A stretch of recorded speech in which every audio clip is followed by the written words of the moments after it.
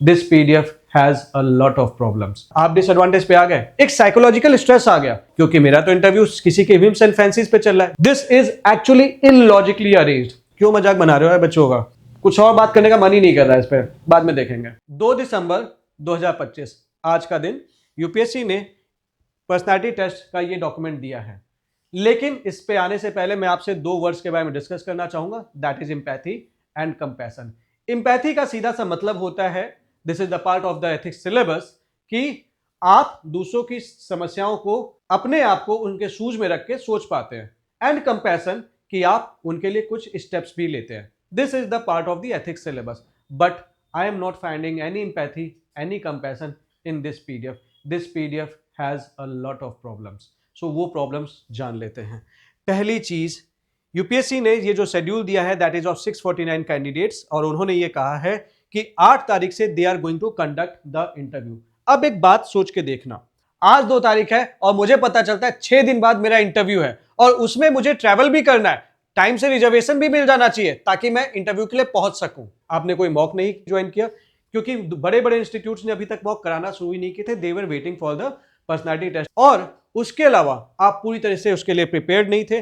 अब अगर आपका फर्स्ट टाइम इंटरव्यू था एंड दूसरा इंसान जिसने पहले इंटरव्यू दे रखा था, आप डिसएडवांटेज पे आ गए, एक साइकोलॉजिकल स्ट्रेस आ गया कि मुझे तैयारी करने का अच्छा मौका नहीं मिल पाएगा। दूसरी बात, आप जो इंप्रूवमेंट कर सकते थे अलग अलग मॉक्स अटेंड करके, अब आप वो इंप्रूवमेंट नहीं कर पाएंगे। क्यों? क्योंकि मेरा तो इंटरव्यू किसी के विम्स एंड फैंसीज पे चल रहा है जिसके अंदर कोई एम्पैथी, कोई कंपैशन नहीं है। So this is the problem that we can see from this PDF. अगर आपको इंटरव्यू कराना है तो यार बच्चे को 15-20 दिन दे दो, क्या दिक्कत है? एक और प्रॉब्लम है, अगर मेरा 8 तारीख को इंटरव्यू है and let's say I am sitting in Assam, I am sitting in Kerala, I am sitting in Tamil Nadu, और even I am out of India, मैं दुबई में बैठा हूं, मैं कनाडा में बैठा हूं, और मुझे इंटरव्यू देना है 8 तारीख को या मुझे इंटरव्यू देना है 9 तारीख को, कैसे आप पहुंच जाऊंगा मैं? फ्लाइट का पैसा तो आप दे नहीं रहे, आप एक तरफ ये भी दिखा रहे हो कि लाइक हम आपको सेकंड एंड स्लीपर क्लास का ट्रेन फेयर देंगे, लेकिन कनाडा से कौन सी ट्रेन चलती है भैया इंडिया के लिए? चलो छोड़ो, आप कनाडा में बैठे हो तो आपके पास पैसा होंगे, लेकिन केरला में बैठे हो तो आपको रिजर्वेशन मिल जाएगा 5 दिन बाद का, 2 दिन बाद का, क्योंकि आपको तो जल्दी निकलना पड़ेगा ना, तभी तो आओगे, अपने अरेंजमेंट करोगे।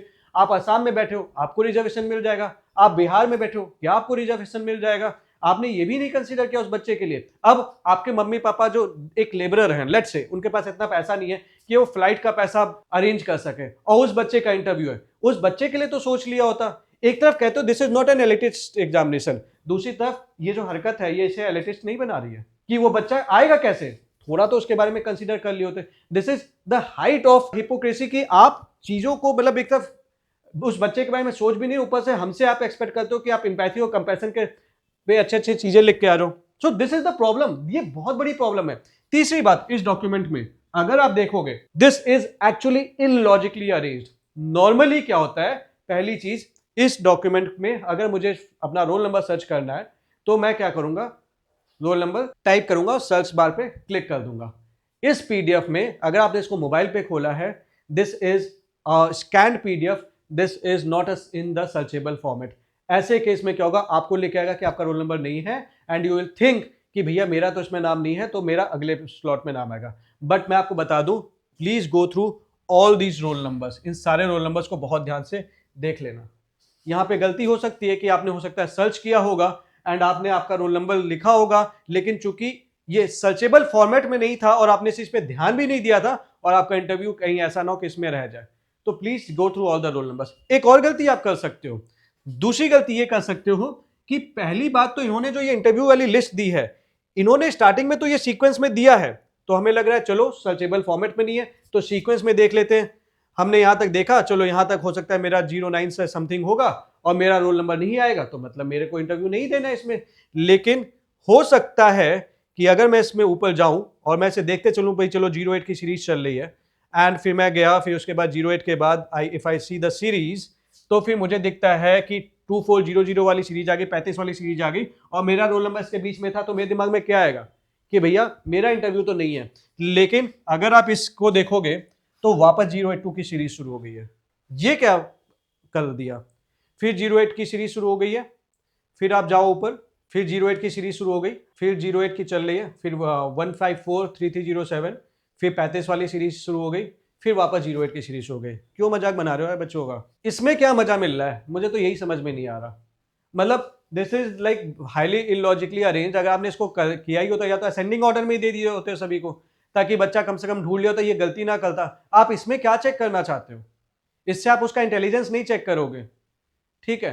तो somehow these are the mistakes, मतलब this is what should I say. बहुत अच्छा सब तो नहीं मिल रहा, बट ये जो भी है ना, मतलब ये बच्चों के हित में तो नहीं है।